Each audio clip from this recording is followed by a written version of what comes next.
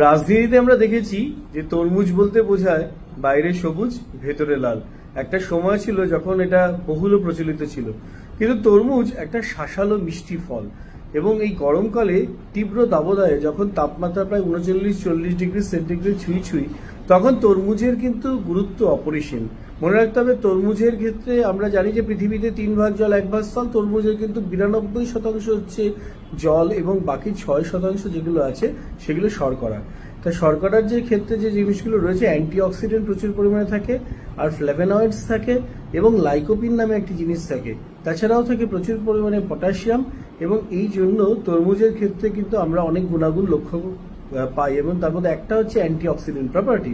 Antioxidant property থাকার জন্য অনেক যে দুরূহ অসুখগুলো, যেমন ধরুন রক্তচাপ বৃদ্ধি হয়ে যাওয়া, শর্করা অনিয়ন্ত্রিত হয়ে থাকা, বা দেখা যাচ্ছে যে কোনো হার্টের সমস্যা, এগুলো থেকে কিন্তু তরমুজ আমাদের অনেকটা প্রোটেকশন দেয়।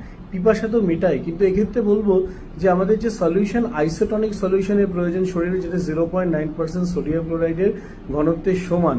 অনেক ক্ষেত্রে এই কোল্ড ড্রিঙ্কসগুলো আমরা পিপাসা মেটানোর জন্য যেগুলো খাই, তারা কিন্তু হাইপারটনিক সলিউশন, তারা তাৎক্ষণিকভাবে একটা আমাদের শরীরের পিপাসা মেটায়, কিন্তু তারপরে কিন্তু পিপাসা বহুগুণে বাড়িয়ে দেয়।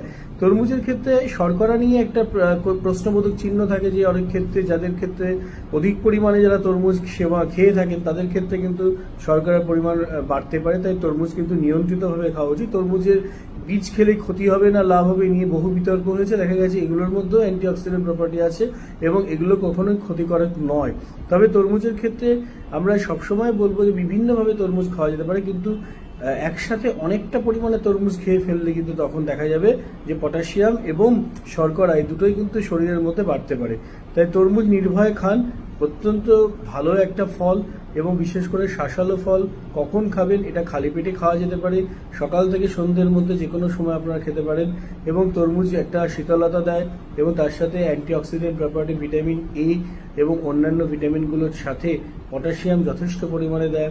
এবং আমাদের মনে রাখতে হবে এর কারণে যে আমাদের অ্যান্টিঅক্সিডেন্ট প্রপার্টি থাকায় তরমুজ কিন্তু বহু গুণে শরীরকে সুস্থ রাখতে সাহায্য করে। সবাই ভালো থাকবেন, নমস্কার।